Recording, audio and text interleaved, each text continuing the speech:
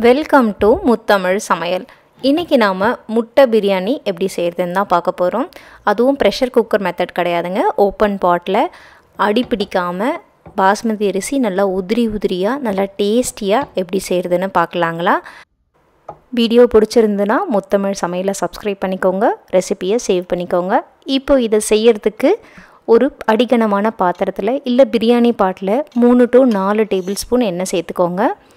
இது கூட பிரியாணி இலை, சோம்பு, பட்டை, ஏலக்காய், லவங்கம், அன்னாசி மொக்கு எல்லாமே சேர்த்துக்கலாம்.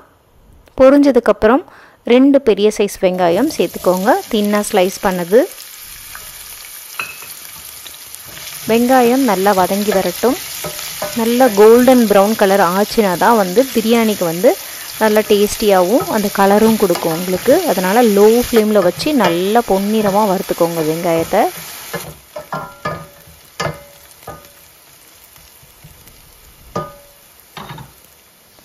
வெங்காயம் வதங்கினதுக்கப்புறம் இஞ்சி பூண்டு தட்டி சேர்த்துருக்கேன். நீங்கள் இஞ்சி பூண்டு விழுதா கூட சேர்த்துக்கலாம். 1 டேபிள் ஸ்பூன் அளவுக்கு சேர்த்துக்கோங்க.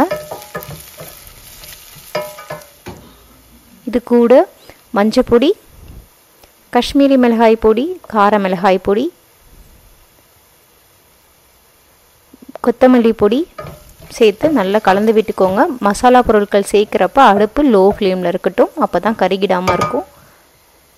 இதோட 2 தக்காளி அதையும் கட் பண்ணி சேர்த்து நல்லா வதக்கிக்கோங்க. காரத்துக்கு 3 பச்சை மிளகாய் சேர்த்துருக்கேன். உங்கள் காரத்துக்கு ஏற்ற மாதிரி பச்சை மிளகாய் அளவை கூட்டவோ குறைக்கவோ செஞ்சுக்கோங்க. தக்காளி நல்லா சாஃப்டாக வதங்கி வந்ததுக்கப்புறம் புதினா, கொத்தமல்லி இலை சேர்த்து அதையும் ஒரு 30 செகண்ட்ஸ் வதக்கிக்கோங்க.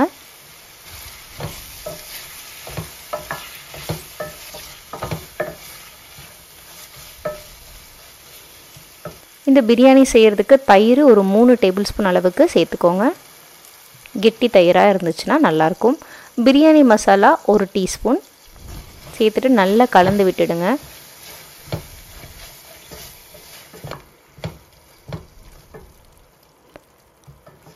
நல்லா வதங்கி இந்த மாதிரி எண்ணெய் பிரிஞ்சு வந்ததுக்கப்புறம்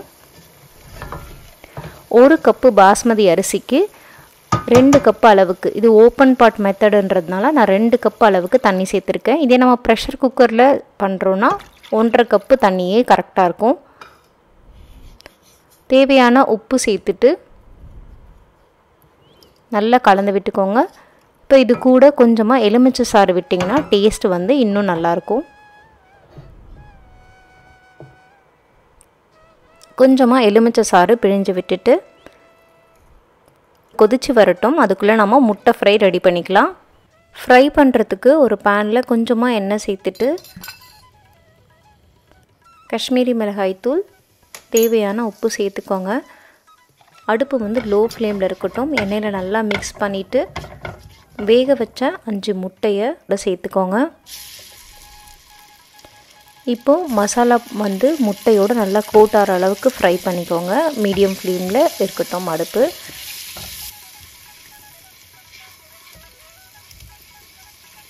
முட்டை நல்லா மசாலாவோட கூட்டாகி ஃப்ரை ஆகிடுச்சு. இதை தனியாக எடுத்து வச்சுட்டு இப்போ தண்ணி நல்லா கொதிச்சிருச்சு. பிரியாணிக்கு ஊற வச்சுருக்கிற பாஸ்மதி அரிசியை இதோட சேர்த்துக்கலாம்.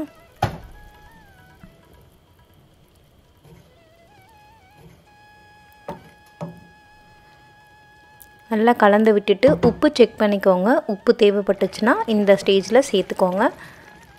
நல்லா கொதித்து அரிசியும் தண்ணியும் ஒரே அளவுக்கு வந்ததுக்கப்புறம் ஃப்ரை பண்ணி வச்சுருக்க முட்டையை இதோட சேர்த்துக்கோங்க.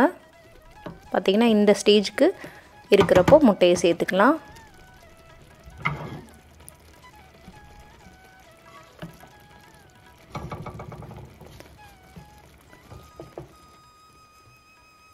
கூடவே கொஞ்சம் புதினா, கொத்தமல்லி சேர்த்துட்டு மூடி போட்டு லோ ஃப்ளேமில் 10லேருந்து 12 நிமிஷம் குக் பண்ணிக்கோங்க. காற்று வெளியில் போகாத அளவுக்கு மூடியாக இருக்கும் இல்லைங்களா, சீல்டு மூடி இருக்கும், அதை யூஸ் பண்ணிக்கோங்க.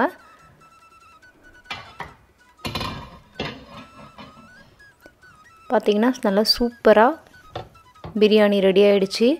அடி பிடிக்காமல் நல்லா உதிரியாக ரொம்பவே டேஸ்டியாக இருக்கும். செய்யறதும் ரொம்ப ஈஸி. ட்ரை பண்ணி பாருங்கள். எப்படி வந்துச்சுன்னு கமெண்ட்ஸில் சொல்லுங்கள். தேங்க்ஸ் ஃபார் வாட்சிங்.